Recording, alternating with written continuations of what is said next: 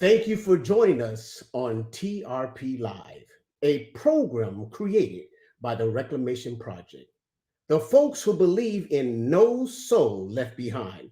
It was started to have candid discussions on real issues that impact people and to showcase stories that edify the Christian journey, like tonight. So, welcome. I'm your host, Dr. Christopher Dent. Um, we're going to talk about a young man that was able to almost reach the NBA. He was a D1, stand out. He suffered an injury that would change the course of his career. But when the final tally was counted, and through many hardships and ups and downs, a new mission became clear. He mentored young boys through basketball because we care, BWC is his culmination of that new mission. Tonight, we're excited to have DeVerion Mackey as he talks about how God led him to start and mentor a basketball camp for boys. So, ladies and gentlemen, welcome. We're going to call him D tonight, but his full name is DeVerion Mackey. Welcome, my brother. Man, I appreciate you guys having me. Thank you. All right, let's jump right in this thing. You were Okay. born in Bakersfield. You were born in a three family. You had a father, you had a mother, and it was you, along with your sisters. And Bakersfield was considered, and still is, considered home. Yes. But then something happened where you had to leave Bakersfield and you ended up in Pasadena, California. Right. Take us from that journey from Bakersfield to Pasadena, and then we'll keep this journey going. Go. Okay, definitely.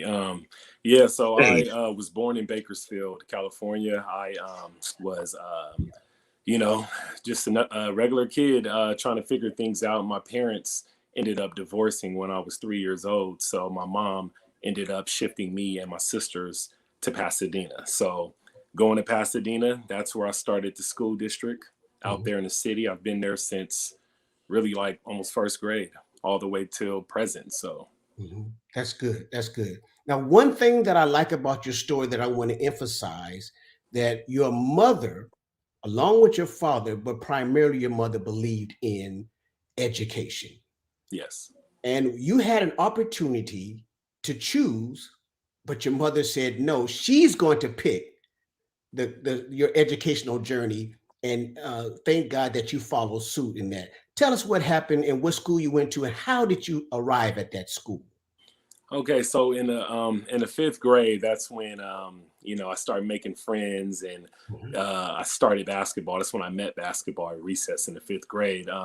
So about from fifth to going to sixth grade, about a year and a half, all the friends in the city would talk about, if you want to play basketball, you got to go to Mir or PHS. Those are the big two rival schools in my city. Mhm. And, my mom didn't give me that option. She said, no, I don't care about what your friends say. I'm about academics. And Marshall has the best academics out of the schools out here. So that's where you're going. My Good. older siblings went there. Mhm. So I had no choice, but it ended up being the best choice. That's beautiful. Now, I liked what you said, my siblings. There's something good about when your siblings go before you because they lay a foundation. All you Yes. have to say, excuse me, one of the Mackeys is already walked this hallway. So uh, they gave you credibility. They gave you credit. They gave you depth. They gave you some power because I Right. know they didn't embarrass you and they made sure you don't embarrass the Mackey name. Is that correct? Right, right. Well, so my sister was actually opposite. She was like, get away from me. I don't want to be seen with you. Okay, okay, I had to go through that journey. And I was like, man, like, damn, what you right, right, but I right, was like, all right, I just kept on going. And I had a lot of friends there that transferred from elementary over there in the sixth grade because Marshall goes from sixth to 12th grade. So, right. Okay. I ended up being there all 6 years. So Let me ask you this. Yes, his name is DeVerion Mackey, but I'm gonna call him D. He's agreed to that. Let me ask you this. When did you learn how and when did you actually fall in love with basketball? Did you have all the skill sets? How did you learn and develop this love for basketball? Man, so I'm going to be completely honest. Come I'm going on. to speak right from the soul, man. I met basketball at recess in the fifth grade. My Come on. best friend to this day, Charlie Burrell, he's a professional musician and songwriter, producer. But he's the one back in fifth grade that walked up to me on the monkey bars and said, "What's up, man? Like, I'm Charlie. I'm like, I'm DeVerion. Come, why don't you come hoop with us?" And I didn't know the rules. I didn't know nothing about basketball. Mhm. And he walked me to that court, man, and just all the kids on the court. And he's like, "Hey, he's on our team," Mhm. and they passed me the ball. This is all I remember. They were like, "Shoot it." And I got it with one hand and I threw it as hard as I could against the backboard. Mhm. And they all stopped and looked at me and said, "You don't know how to hoop." And that's how my career started. So I went from that sorry kid, that Right. didn't know anything. So no, I didn't have no athleticism. I was naturally athletic, but Mhm. I still had to develop the basketball knowledge, the work ethic, Right. and that just came from playing against my friends. You know what I'm saying? We didn't have really trainers back in our day. It Right. was more if you want to go hoop, you got to go hoop with your homies. So Yeah. that's Yeah. how the journey started for me. I like that. And I want to emphasize a mother that understood education. Yes. More importantly, you were obedient. You Hmm. actually listened to her. So when you came home, you did your homework first, Right. got permission to go outside and play and work on that skill set that Hmm. allowed you to you're reaping all the benefits because of the good foundation that was laid in the home. Right. Now Right. let's go to the next level. Wow, it actually happened. You're getting ready to graduate. And some of the factors that we want to emphasize now is this: that when you graduate from high school, you didn't graduate with a 1.0, 2.0, 3 point. You graduated 3.6 or 3.5. Is that correct? Yes. Talk Actually, about, three. talk about your academic scholarly mind. Come on. Yeah, so my mother was like, old school. Like, I don't care what your coach say. You need a 2.7 or higher to play. She said you need a 3.0 or higher. That's right. So she kind of pushed that drive on me to maintain my Mhm. academics, and I'm a human being. Sometimes my grades would slip, but Right. then she would make me take accountability. You ain't doing this, you ain't playing, Right. so she got me to really just stay focused, and I was able to maintain. I played varsity basketball all 4 years, and I was able to maintain a 3.5 or higher all the way through and finish with a 3.8 for That's in good. high school. So there's a phraseology that comes along with high school in terms Hmm. of completion. And you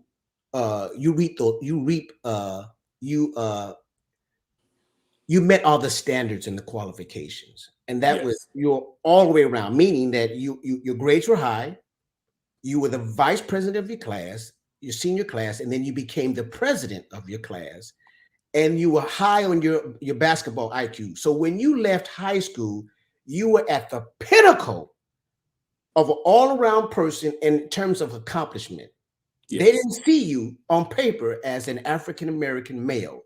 They saw you as an intellectual person with athleticism and the ability to make their school, quote unquote, championship quality. Yes. Come Yeah, on. man, we definitely I continue to work on my basketball talent, and I ended up making varsity and got as a freshman and got to play all 4 years. And and recently had my jersey retired because of the back-to-back 4-year Alpha League championships that we won during my high school career. So from there I became the number one high school basketball player in the San Gabriel Valley. Top 10 in the state of California. I have several accolades, but my mother always told me to remain humble and let others talk for you. And I That's never right. got caught up in that. I fell in love with the game because that's all I was doing was taking care of business so I can stay Right. eligible and then Right. coming home working on my craft. So people asked me if I was surprised when I, got the number one spot. And I said no, because I know how hard I worked to get here, Right. and I put in that work, so I should get these results, Right. but I was also humble and grateful because I know it doesn't happen to everyone. There's some people that work hard their whole career and don't get a scholarship, so Right. for me Right. to get a 5-year scholarship to Cal Baptist, 4 for basketball, and then one full year for academics. So it does pay to take care of business in the classroom, and it does pay to be an all-around athlete. You know, having that's what coaches tell players. You got to have the whole package. Yes. Because when you have the whole package, there's some players that got a piece of the package. You know, they're athletic, they're good, Right. but college coaches say, let me check the grades, and now they're ineligible. You Right. know, and now they can't play. So why would they want to waste their time on a player that doesn't take care of business everywhere? You Yes. know, so that was always stressed on me from my AAU coaches. I love it. And if you don't mind, I want to add another component to what you're saying. The company that you keep can also inhibit you from being successful. Yes, correct. So if you're hanging out with the guys that are not in school, they're not doing their homework, you may get pulled out or pulled in, and sometimes you may end up somewhere you don't want to be because of association. Right, Yeah. definitely. So that's good. And your mother and your father laid a good foundation. Now let's go back. You got a nickname. Somebody gave you a nickname, and the person that gave you the nickname, they laid a foundation. They're the one that breathed into you your nickname, and then it manifested, and now everyone else says, I'm going to call you that. And that's, talk about your grandmother. How did your grandmother start to develop this word? They start calling you preacher. How does preacher and basketball star go in the same sentence? Talk to me. Oh man. So, my grandmother, rest in peace, she passed away 2 years ago, but I'm so grateful for her life because she laid the foundation of Christ in me and our entire clan.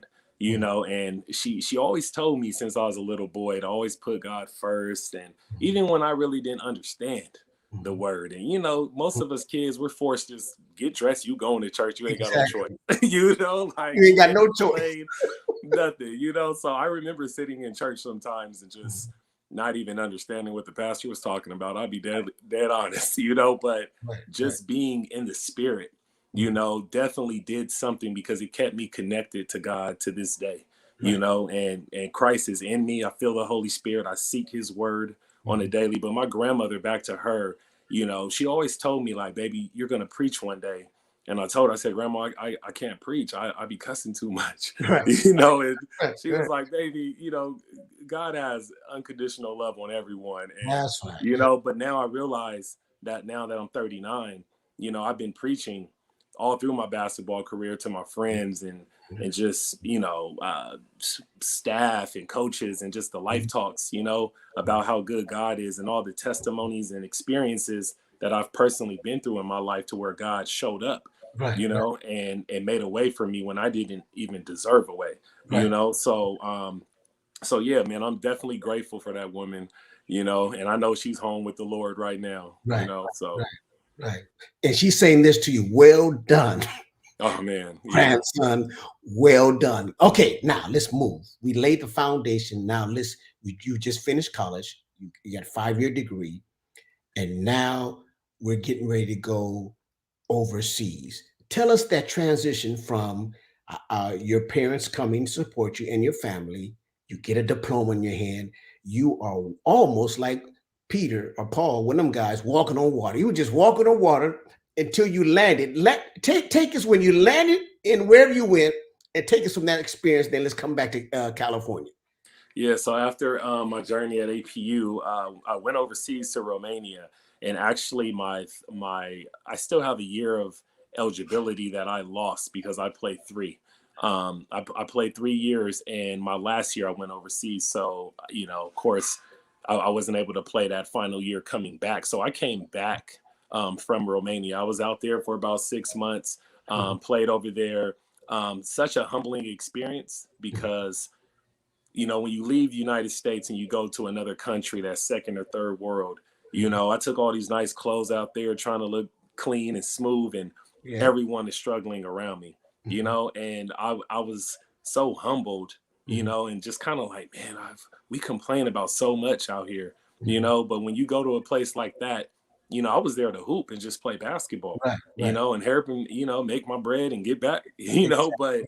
that Right. journey out there, it was just like heart touching, man, because it just grabbed my soul because there's so many people that were just, I mean, I've seen kids on the ground just picking up stuff, eating it. So the struggle was real, Yeah. and it just made me come back even a more humble and just grateful person. Mhm. So the basketball journey was great, but more importantly, just that whole experience that kind of like just this kind of evolved me into a more mature individual. That's what I was really grateful for. So I came back from Romania. I had 15 units to complete to get my degree.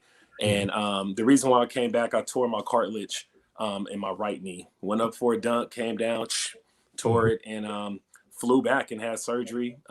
Came back to LAX and had surgery out here. I didn't want to have surgery in another country, I wanted to go to trusted doctors. Yeah, and so, I went through a heavy depression, but I went back and I finished school. I got my degree in psych and then went into the mental health field. I was actually hired 2 weeks after finishing college, after getting my diploma, my bachelor's. I with one of my prior mentors, Joe Ford. He was he was already at the agency and got me right in. So from there, I did 15 years in mental health, servicing foster children and families all over LA County. So, and then, recently leaving to starting my own program and the vision that God called me to do. So that's beautiful. I have to pump the brakes and I have to give accolades. And you don't know appreciate why, but I have to give accolades because as a young Black man, you completed a task. You graduated. A lot of people, if you look at their resume, they put attended this university or this college. You went to the college, you looked at the curriculum, and you did all the work, and you graduated. Because you had a graduation, you had a graduation ceremony. Yes. You graduated. You got a diploma in your hand. Mr. Ford said you qualified. Oh yeah. So I can bring you in. Not only I can do a word drop, but this guy also has credentials, and that makes you a little more valuable. Yes. More marketable. And so I just want to stop the clap because I love to see Black men have a job for 15 years. Yeah. You missed that. See all the people in the background. I know people are typing it. You better type it now. But let me warn you. He's already married, happily married. So you can stop. You can stop typing. Fuck, shame on you. But that's all right.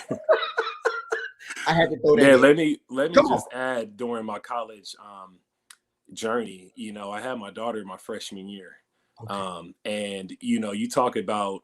Like all the players that I train now with my program and stuff, they be always have an excuse, like, oh, coach, man, it's too hard. And I said, man, there's no excuse. If I could do it with a daughter on a scholarship, going to games and having to get up in the morning and, go to class and then come back home, do homework. And my daughter's like looking at me when I walk in like, Daddy, man, it was so difficult.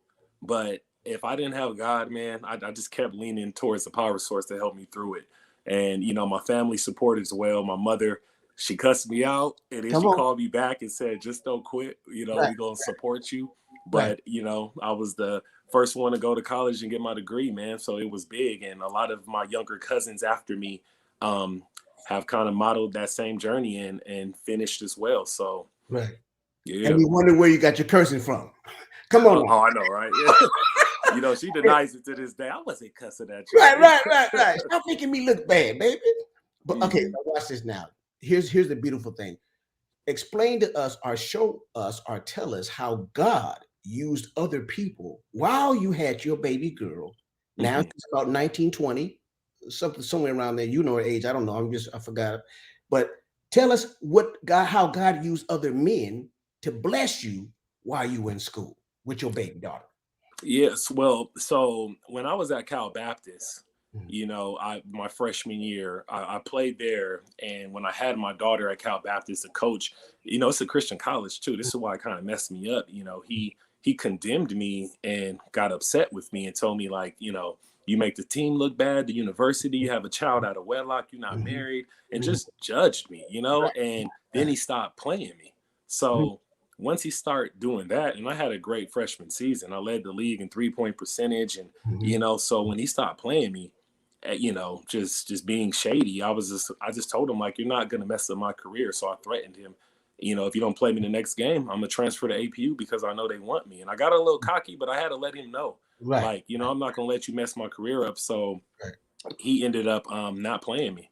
And my teammates were like, don't quit, but they understood. And I called Bill O'Dell at APU and I told him what was happening to me. And he said, let your coach know that it's your free, that you're doing this out of your free will. You know, you're Exactly. not being forced, and Right. whatever scholarship you have there, it will transfer to APU.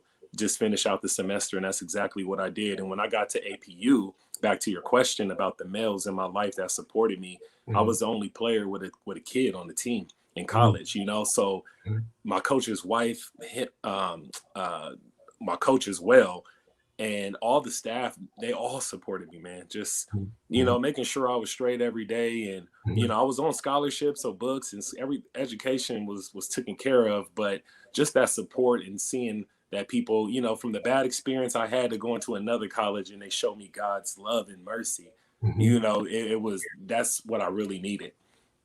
Let's go back because Hmm. everything you've been explaining to us and sharing with us has been positive and good. Hmm. You said something about that was kind of dark, and I want to just go there for a minute, and then I want to share with people some of the highlights that you've done. And so Hmm. we're gonna have the producer bring those slides up in video. So you said you experienced some depression. Hmm. How did you deal with the depression, and were you able to reach out to anyone while you were depressed? Tell me how you dealt with it. And first, tell me when did you get depression, and how did you deal with it during the depression? Man, great question. So when I found out that I wasn't going to be able to play anymore after my second surgery, with the doctor telling me you're going to keep on playing and possibly continue to tear your cartilage, Mhm. and we're going to have to keep removing cartilage, and you're going to need a whole new knee replacement, Mhm. which will eventually trigger your hips and issues. You know, so I was just kind of like, man, I worked so hard. Mhm. This basketball was all I really like Mhm. loved, you know, like that's what I wanted to do. And I Mhm. really wanted to try to make it to the NBA. And, you know, that's every hooper's dream. So when you're told that you ain't gonna be able to play on that level no more, you know, that's when I just felt like I failed everyone. I felt like I failed my mother, you know, that everything I did was, you know, really for her. I seen the struggle she went through. I told her, you ain't gonna have to worry about me. I'm gonna get a scholarship, and I did, you Mhm. know. And I didn't tell her I was gonna get to the league, but I wanted to, you know, just to be able to provide, and for my Right. daughter too, you know. So Right. that's what made me fall into depression. And when I was in depression for about a year, and you asked me if I reached out to people, no, I think when people are depressed, you know, we go into our dark caves and Yeah. we put a big rock behind us. We don't want nobody bothering us, you Mhm. know, and to be honest, it's really just lies from the devil. You know, he's out to kill, steal, and destroy your Yeah. hopes, your dreams, you know, and he's the one telling what he was telling me I was a failure, and Mhm. I was, you know, aha, you didn't make it, you know, and Mhm. all these lies, man. Right. Right. And I sat in depression for a year, but what helped me was the fact that I know Christ, you Mhm. know, and I knew how to go back to the power source, which is There you God's go. word, and open it up. Right. And there was times where I cried, you know, and like there was times where I blamed God, like, why would you do this to me? You know, Mhm. I'm a good person. I work so hard, Mhm. like, you know, and it's so sad because I feel like just because of my lack of knowledge, I was young. Mhm. And I feel like we always blame God when things go wrong in Mhm. life, you know. So many of us, you know, we put it on him, but he's nothing but good, you That's right. know. and That's right. and I had to like come back to realization, like, okay, it's not God. This was a tragic accident that happened, and I'm not able to play anymore. But my grandmother was alive then, and she told me, she was actually down visiting, and she told me during that year, like, baby, God has a plan for you. He's gonna do, Yes. you know. And I was Yeah. just like, where, grandma, where, Yeah. you know. And now at age 39, I see exactly where I was called to be, you know. And you know, even though I didn't make it to the NBA, you know, I still made it in life. And I think that's what is most important, is managing your mental health, and Yes. you know, being able to have yourself together so that you can become that person who God has called you to be. Man, there's a phrase that while you're talking, it just came to me, and that is what God has for you, it's for you. What God Hmm. has for me is for me and those that are listening, what God has for you. So don't look at no one else. Don't look at no one else's Hmm. journey. We all have our own journey, and God is going to do some new things. He's going to breathe some life into you that you can breathe life into other people. So, yes, you just all that you said, you qualify by being a preacher. Not being called, you be called a preacher, but you're living the life of a preacher, but you're not standing behind no pulpit, but you're doing some, at this time, producer, why don't you run a little clip on how DeVerion is training his students and how they're interacting. Let's show that one little clip, and then we'll come back.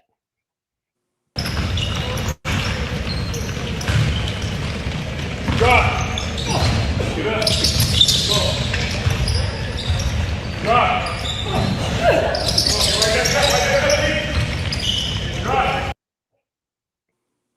Okay, did you hear what D was saying? Drop. What he was doing was giving directions because the children believed in him. They followed it. Now we have to go backwards. Okay. How did the kids get into the gym? Let me know how. They trusted him. Now, everywhere you go, here's a commercial break. Everywhere you go, there are predators. One thing D realized, he made sure that he set an environment that was conducive that everyone felt safe.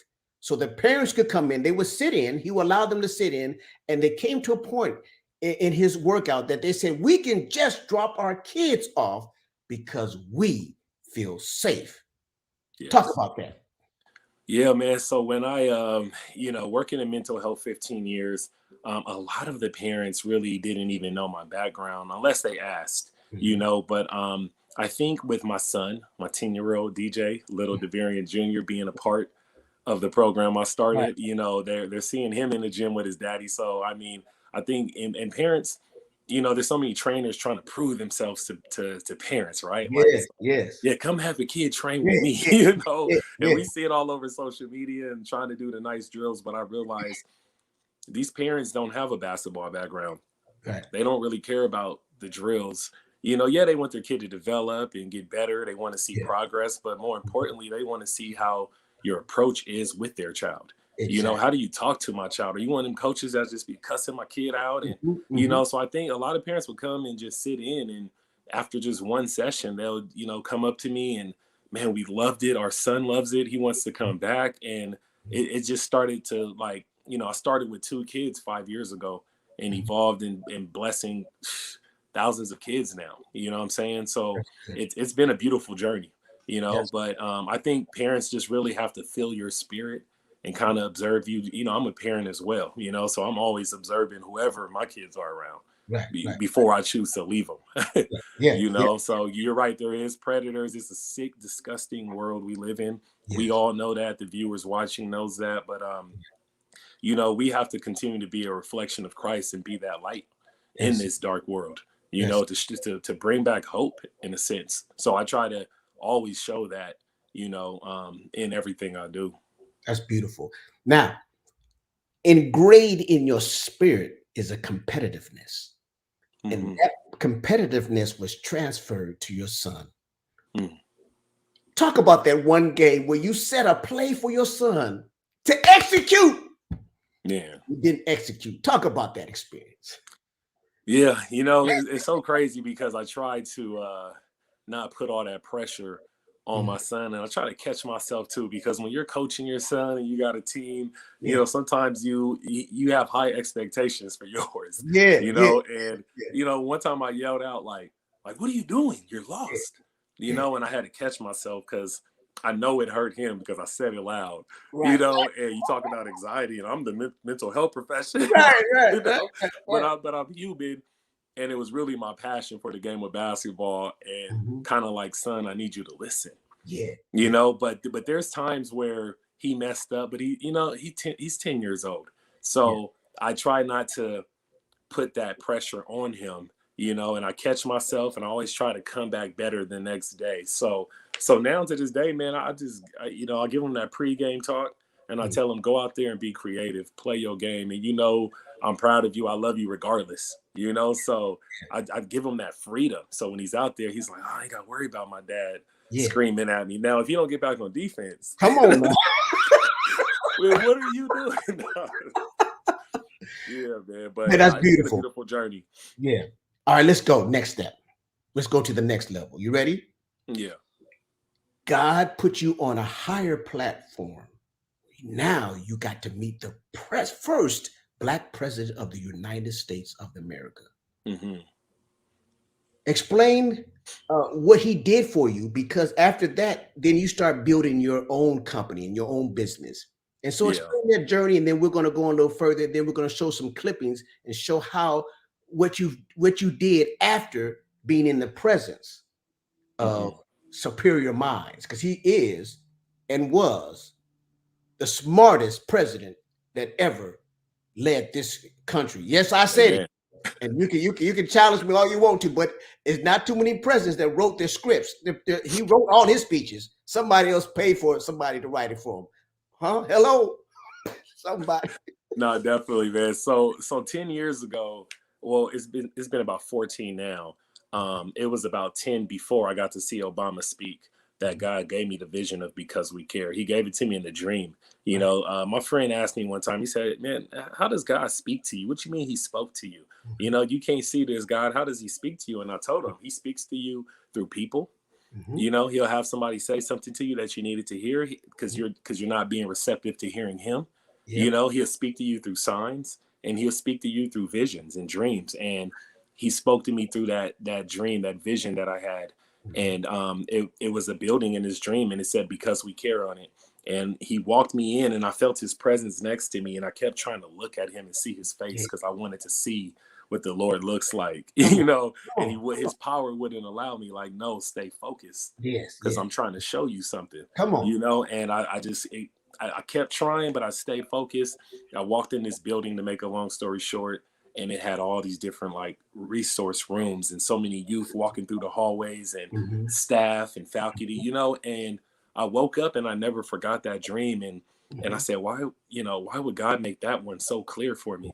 Mhm. And that's what inspired me after meeting Obama 4 years later. you Mhm. know, um, I was at my cousin's commencement graduation from Howard University in Washington, D.C. Mhm. And me and my mom family flew out there, and he Mhm. spoke in the crowd. And I remember he said, "Can I speak to my people for a minute?" That's what he Yeah, said. yeah. And Come everybody's like, "Yeah, speak to us, Obama." And he said, "We have the greatest ideas and visions, but we stop right there. And on. we forget to do these other things. You have to, if you have a vision idea, you have to strategize a plan. You got to write it down, Yes. and then you have to strategize, and Mhm. then you have to execute." And I'm looking in that graduation like, damn, he talking to me. Yeah, yeah, Like yeah. I got the vision. I Right, got the the dream, but right. I haven't wrote nothing down. I haven't strategized the plan. I haven't made That's no call, and I yeah. didn't execute. So to make a long story short, to speed things up, I flew back home and I got back in my crib, man. I got a pen and paper, and Because We Care, BWC hoops, Yeah. what days do I want to do it? I created a whole structured plan, Okay. and started from the bottom. And that's what's been so beautiful about this journey, is that anytime you try to build a business for yourself and become an entrepreneur, Mhm. it's one of the scariest things, to trust in yourself and trust what God told you to do, you Yes. know and Yeah. we have two choices when God gives us a vision. It's either we're going to listen to it and follow it, or we're going to not listen. Yeah. And I'm just happy that I did listen, and I did, start it, because now I'm working for myself, and I'm able I'm back doing what I love and what I thought I was done with Right. 21 years ago, and now I'm not just teaching my own son the game of basketball, but I'm reaching out to the whole community that I grew up in and around me. I Yeah. have players from LA, from all different cities come and Right. consistently and build with me. But that's because the kids trust me. Right. They love my approach with them, but they know I'm on them. I make Yeah. them take accountability, but yeah, man, that's what inspired me to definitely get the program started. That's good. I know your journey is sweeter because your rib is supporting you. And I Hmm. want to just highlight that for a minute. We have our individual goals. Obama stimulated you, but it's nothing like your rib. Those who know the rib, that's your wife, your only Yes. wife, no girl on the side, your only woman, the only one. Come on, we're gonna be real. Right. Your lady says, "Honey, I believe in you. I Hmm. see what you do. I see what you do with our child, and therefore I support you." There is absolutely nothing like having support from your spouse. Yes. Now let's flip it before you get on. Let's flip it. It's also living hell when you try to do your own stuff and you got listen. You failed during the week, right? But when Hmm. you come home, you gonna get some more tongue. Oh Get, yeah. I'm just we have to play both sides. Everything ain't happy, anything good lucky. But I'm Oh just letting yeah. you know you have that support, and your Mhm. support is so good. I'm next week. I'm be coming up to your school, your training, and I'm glad you opened up the invitation. And I want to speak some words of encouragement to the boys. Oh, for And sure. and then and God bless you with a nice crib. I'm gonna come to your house. I call it the honeycomb hideout. We can go out there in the man's cave and we can just talk, break bread, and strategize how we can share the love of God. Why? Because you are not only a preacher, but you are a teacher. Talk on that briefly, and then we're gonna show some highlights on how people honored and respect you during this journey. Man, no, definitely. Yeah, so my wife, Charlene Mackey, man, I'm so grateful that I met that woman. I was in a real dark place back in '07. I was married before, divorced and trying to figure out what am I gonna do next? Mhm. And none of us really know when we're in that place, but when I met her, the beautiful thing about her is that she had no idea about who I was, my name, my basketball background, any of that, Mhm. and I didn't really, boast too much. I've always been humble, Yes, and I didn't want her to like me for that. I wanted her to like me for who I am, yes, and so we've been together for 14 years, married for 11. And any married couple, when a husband tells his wife, baby, I'm gonna leave my company and I'm gonna go full time with what God has called me to do. come on, They right? give their wives give you that look like, hold on, Yeah, wait a minute, you better keep your bills like, up. hold on, let's work these numbers real quick. Let's, Yeah, yeah, and but she trusted me, and she knew my passion for the game as she got to know me over the years and my background. And she's been in full support, and which has motivated me to fight even harder and yeah, evolve even more, because I have a peace with every day waking up and knowing that, like, I have a wife that wakes up and says, baby, I'm proud of you, I love yeah, you, keep going, God is going to use you, yeah, doors are going to open, trust in the yeah. Lord, because she's fired up for Christ too. So Come on, come on. it's that's what you call a power couple. Yeah, yeah. That's what I'm teaching my daughter right now while she out there dating.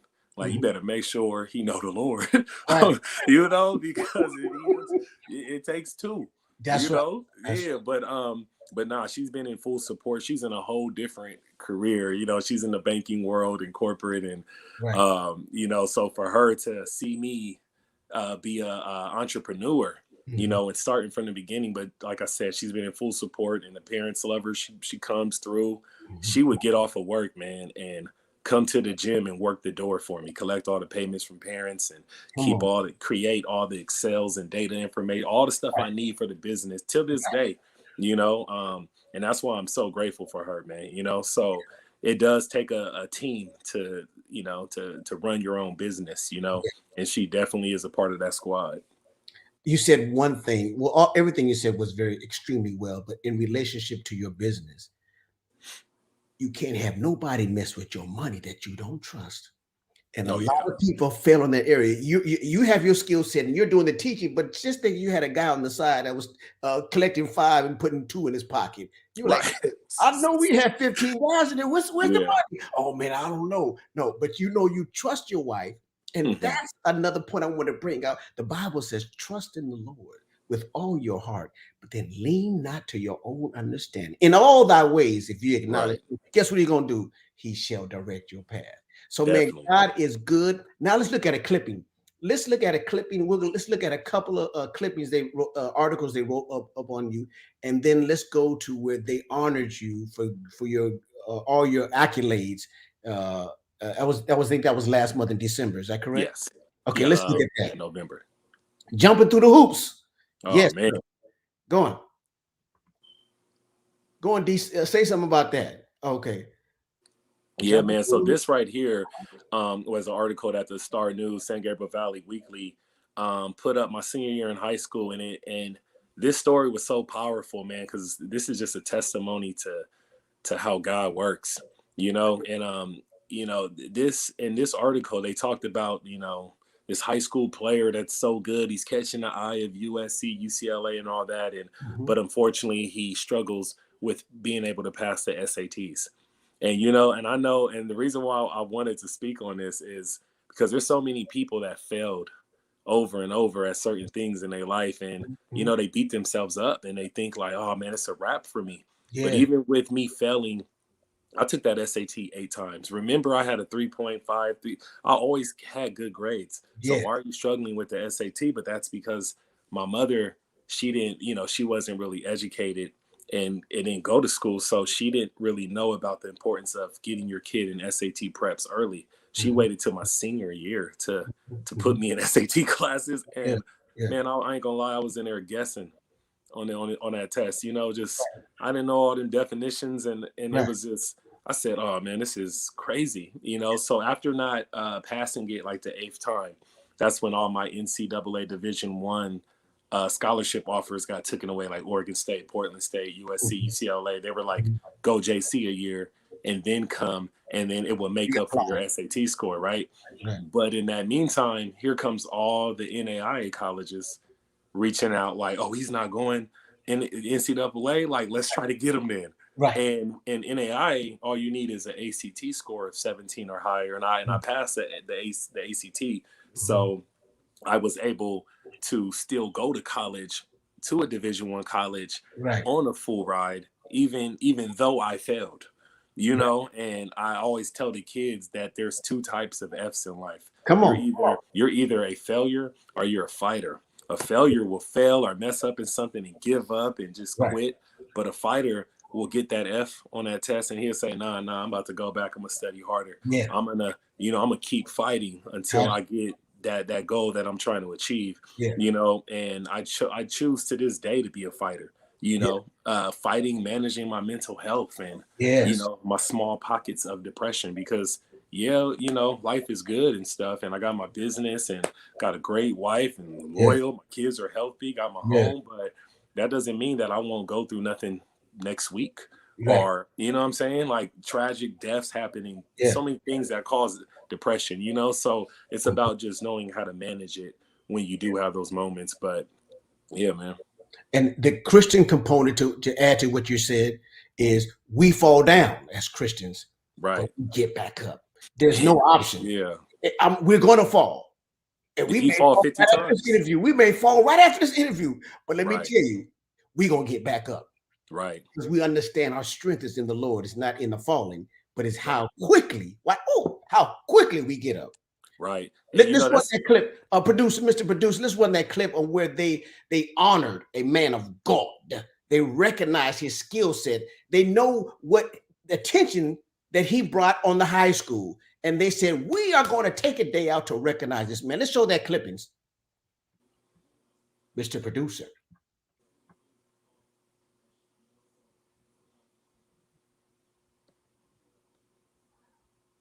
Sorry, we don't have that clip, but I'm gonna tell you, it was a good clip. If we'd have had it, we would have been a good clip. But don't worry about it. It was a real ceremony, and they gave him accolades, and they probably gave him a certificate. Let me let D tell it, because I wasn't there. Yeah, no, definitely. Yeah, I'll tell the story real quick. I think we got a little bit of time left. Yes, sir. Yeah, so man, back to my high school marshal. You know, I was a 4-year varsity member. I was able to play varsity 4 years and had enough time to break records. And I broke all the scoring records, the Alpha League championship records. No team in the last 21 years at my high school has won a championship since I was there my senior year in 2000. And because of all of those accolades and records that I broke, I became a Hall of Famer. And just last month, we were they honored me and retired my jersey up, you know, and got it in a frame. And you know, it was, I was so humble when I gave my speech. And you know, the devil be working right when I grabbed the microphone and I said, I want to give God all the glory, because without him I am nothing. Nothing. And right when I was saying all that, here go the microphone. I was like, oh, you're a hater. Right. I said, Satan be hating, you That's know, right. but I made sure that I let that mic do whatever it needed to do, and I just Yeah. repeated myself There you because, go. Once you finish counting, because I'm gonna I say my never last. want to be above God, Yeah. and if we Yeah. don't give him the credit for the gifts that he gives us, Right. he will humble us, because he wants us to make sure he's priority. So That's I right. was definitely grateful to have all the kids from my program come out with the parents that night and just Mm. friends and fans from the city Yeah. and I told him, I said, I'm no different from none of you guys, like I was just a kid that worked really hard. I Mhm. was bullied, but I didn't listen to all the words. I just kept going. Yeah. You know what I'm saying? And it paid off for me. Yeah.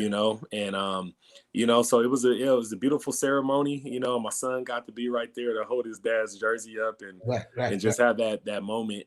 So it was really special to the heart, and I was really grateful. There's nothing like a child looking up at the father, and there's nothing like the P word, a proud son. Look, because sometimes as African Americans, we do things that don't make our children frown at us. Like Hmm. daddy's just getting out of jail or daddy's going back in jail. No, daddy ain't got no job. Daddy hit mommy again. Daddy sleeping on the couch. They're all Right. real issues. Those scenarios are real, not make believe. But now let me Hmm. just throw this in for free, man. I just gotta say this to you. Little becomes much when you place it in the master's hand. I can clearly see that in your story because I want you to do me a favor. I know you don't like to do this, but just do it for me. Name some of the names of the guys that you grew up with that actually made it to the NBA and they're retired, and you came out of retirement and you're still working just as hard and you are doing the very thing that you love to do. Talk to me on that. Just name a couple of names. Yeah, man. Oh, man, a few guys. That's one of the things that actually made me fall deeper into depression was Mhm. I'm on this high school top travel national AU team with Gilbert Arenas, Luke Walton from the Lakers, Mhm. Casey Jacobson from the Phoenix Suns, Glendora High School, Mhm. Tyson Chandler, the big 7-footer. He was on so many different teams. Right. Jason and Jared Collins, the twins, all these guys that I play with, Jason Capono, Mhm. all these, star hoopers that Right. were on my team, they all made it to the league except for me. I was the only one that did not make it, so that kind of ate at me. People were like, man, you got to go overseas though, and I said, yeah, man, but I still wanted to go, Right. but now I'm at a peace because I'm 39 and like Yes. God is giving me everything that I've asked for, and I wake up every day just grateful and humble, and I keep Yeah. saying like I didn't make it to the league, but I'm doing what I love. I'm helping other kids, Yeah. develop mentally and Right. physically. Like this is better than the NBA. Right. And to be honest, if I would have made it, man, I probably would have been lost, man. I probably would have. Who knows how my journey Right. would have ended up. Yeah. Yeah. So, Yeah. Yeah. so I'm at peace with it, man. But yeah, those are just to name some of the few. Right. Right. And that's good. There is no secret what God can do. What He's done for others, He can do for you. I am glad that I'm speaking to a young man who qualifies to be called a hooper, who qualifies to be called a professional, who qualifies to finish his degree, who qualifies to marry and is in love with one woman and don't have nobody on the side, Mm-mm. who qualifies to be interviewed over and over again. You are a testimony to, if you put your mind to it, God will navigate you. Who would have thought that you were in the presence of the smartest African American, one of the smartest, I almost excluded myself, one of the smartest African American males, which was the late, not the late, but the President Obama. Mm-hmm. Still call him president. He still gets that title. I don't care where he Right, right, goes. right. I think he was the smartest one, and I think he did as much as he could. All presidents can only do as much as they could. You're the president and CEO of your business, and I believe that you are operating how God wants you to operate, and God is doing a lot on your life. Now, give us some tools of affirmation as we get ready to close. And what tools would you suggest when a person is going through depression? How can they get out of depression? And then we'll have one more question, and then we'll get ready to exit.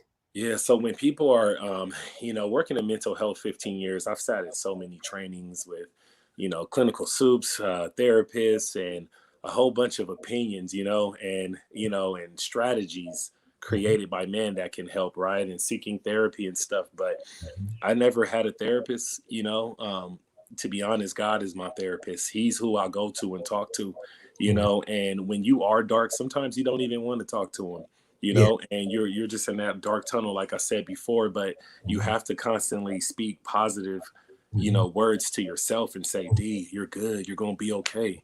Like you got to keep going, man. Come on, your family loves you no matter what, regardless that you didn't make it. These are the things I start speaking to myself. So just changing our language, instead of saying I'm a failure, I'm stupid, I'm dumb, whatever. You got to say, nah, man, look, no, I'm human. I am going to fail. It's okay to fail. You learn from your mistakes. Everything you go through, you have to allow it to grow you, the L's and the W's, so that is really what I encourage most of my kids that I work with, and even friends and that are married. I kind of help whoever wants to help. You know what I'm saying? Because that's my mission. I feel like that's what God has called me to do. And I'm able to break it down for people and help them, fix the solution. So that's beautiful. Let me just share one story with you. I left this part out, but I want to tag on the end. I loved it when you transitioned from the professional basketball playing to the church league. Man, because in the church league, you was the star. When you walked in the gym, it's like the lights got brighter. Because I used to be sitting in the stands going, man, hey, that's my boy's boy. I know him. And you would come down sometime at the free throw line and just soar in. I'm like, that's our MJ right there. And you were like, wham! And I used to run down the stage at the end, and you like, hey, man, what's up, Chris, man? But you were so humble and cool. I was like, there's another word we can't use on here, but we right. talking about. And let me, before you talk about that, let me just give a definition to the L and W, because some people may not know. L is a loser, and a W is a winner. So sometimes I do that when I play ball, and I still play ball, and I'm still a young man. I ask people when they get on my team, I say, are you looking for a W or L? They go, what? I say, well, you can't play on my team because I want a guy with the mindset of a winner. Right. Even though we lose. No, I don't want to. I'm not going to pick up a loser. No, I want a winner and try our best to win again. Holler at your boy. Come on. Yeah. I'm getting pumped. I'm sorry. I'm pumped to be professional, but I don't care. We having fun. Nah, man. After finishing the pro career, it was kind of like, okay, you're going to leave basketball alone? Or they, doctors told me you could still play in these church leagues, men's leagues, but you just can't play 82 games. You can't play in a full season like that, so it became more of a mental health outlet for me, a coping skill, so my homies would call me, hey man, there's a league, and and I used to love that church league, man, because so many players from LA, so many gifted hoopers. I always was humble. I knew like, man, I'm not the only one that could hoop, and it was very competitive, to not be an NBA league, but it was definitely some hoopers from all around that came and had a good time, and it was never no drama. You definitely felt God's spirit in there. So man, I was really feeling like I was playing for God up in there, man. just hooping. You was dunking for Jesus. Going to get something to eat afterwards, man. So nah, for sure, man. But I do appreciate you always being supportive, man, and cheering me on, rooting for me. We all need those type of individuals in our lives to give us those reminders, man. So thank you. You're welcome, man. And going back to the church league, there's one thing that they did consistently is before every game, we always went to the center court. Yes. I love that. All the guys, we touched and agreed. We held hands. Even people that didn't like each other, man, for that little moment, they didn't mind touching hands and holding hands in the name of Jesus. Amen. And then they got this, hey, y'all have a clean game, have a good game. And after the game, they would dap each other up. And that's nothing like it. Was so beautiful, man. Yeah, go on, speak on that. I remember being in there holding hands and just being in agreement and asking for coverage over all us athletes, and just, just to play for you, and that's special. Because not every program or organization does that, and that's something that I've been able to carry to my program, because I do center court as well, where I bring them all in before, at the end. And man, we talk, man, that's when I allow every coach to go around and pour back and speak on the heart, whatever you want to say to these kids before we leave here. You know, Right. I make sure everyone feels valued, you Right. know, but and always reminding the kids, you know, like give Christ the glory, man. Like, because Yeah. without him, you know, like this life will be very difficult for you to Yeah. maintain. Here's another. I want to end on this blessing, because there's some people say church and state don't mix, and I just need you to be a coach, uh, Mr. Mackey. I'm paying you money, so I'm bringing my boy or girl so they can learn skill set. Don't talk about no God, because I'm a different religion. Right. It's your personality. Your Mhm. personality gives you room. Ordinary, you wouldn't have that room. So listen, I'm throwing this out for people who are smart and intelligent, that you think you know everything. You really don't. If you're not humble, you're not going to go far. If you're not connectivity, you're going to be always disconnected, faking the funk, faking like you're functioning, like you got it all together, but you really don't. So learn from I'm gonna call him. He just got an honorary doctor tonight, Dr. D. Mackey. Come on, come on. Oh man. No. Talk to me. I'm having fun, but no, you have clearly lived a life, and who poured into you? Your mother and your father, and there was another coach that poured into you, and your mother and the coach echoed the same sentiments, and that is, don't ever talk about yourself. Let somebody else. And man, I want to end on that. If you're listening, please stop talking about yourself. Stop talking about your accolades. Get because there's so many things you can work on. You don't got time to talk about yourself. Just specifically dealing with weight. Let me just deal with that for a second. If you're obese and overweight, don't tell nobody you're losing weight. Let somebody tell you, hey, you look like you, hey, I see you losing some weight. That's more challenging than you run around talking about yourself. Mm. D, talk to give some closing words that you want to talk to us about. Man, I just want to encourage all the viewers that are listening and that are tuned in. You know, just always believe in yourself, regardless of what people say, Yeah. advice people give you. If there's something that you really want to Mhm. do it. Yeah. Write it down, strategize a plan, and then execute. And execute means get up off your butt and Come on. go do it. Go call somebody. And, you know, that's all I did. I'm no different from anybody else. You know, Yeah. we're all God's children. We're Yes. all down here trying to wake up every day and figure out our purpose and true calling. And, you know, if I would have listened to what other people told me and you know, don't start BWC. Oh, you've been going too long. Ain't nobody gonna come train with you. Yeah. If I would have listened to all that, man, I would have never have been where I am now. You Yeah. know, so you know, if there's something that you know, you really love, do it. Don't beat yourself up. Remember that God loves you. Yeah. He loves all of us. He's a forgiving God. You Yeah. know, he's a restarter. He will restart your life no matter Come on. what you've done in the past. It's Yeah. so crazy because now I feel like I'm preaching. You know, but I mean, but Hey, honestly, that's why I have my piano in the background. I'm about to go give some you students. know, and I mean, yeah, you know, I don't even go to church every Sunday. I'm gonna be completely real, but I grew up church hopping and going to different churches. But now that I'm older, I focus on relationship, Yeah. and I dig into His Word, and I really try to apply what I'm reading to my everyday walk. And how Right. can I apply this to what I'm going through in my life? How can I be better?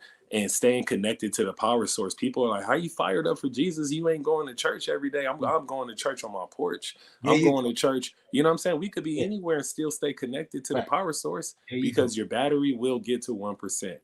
All Yes. of our batteries will get to 1% at different times. And Yeah. the only way to recharge is to connect into the power source, There you go. which is God, which is His Word, you That's know, and that's how you get favor in your life, you know. So, yeah, I thank you for tuning in with us, and thank you guys for having me.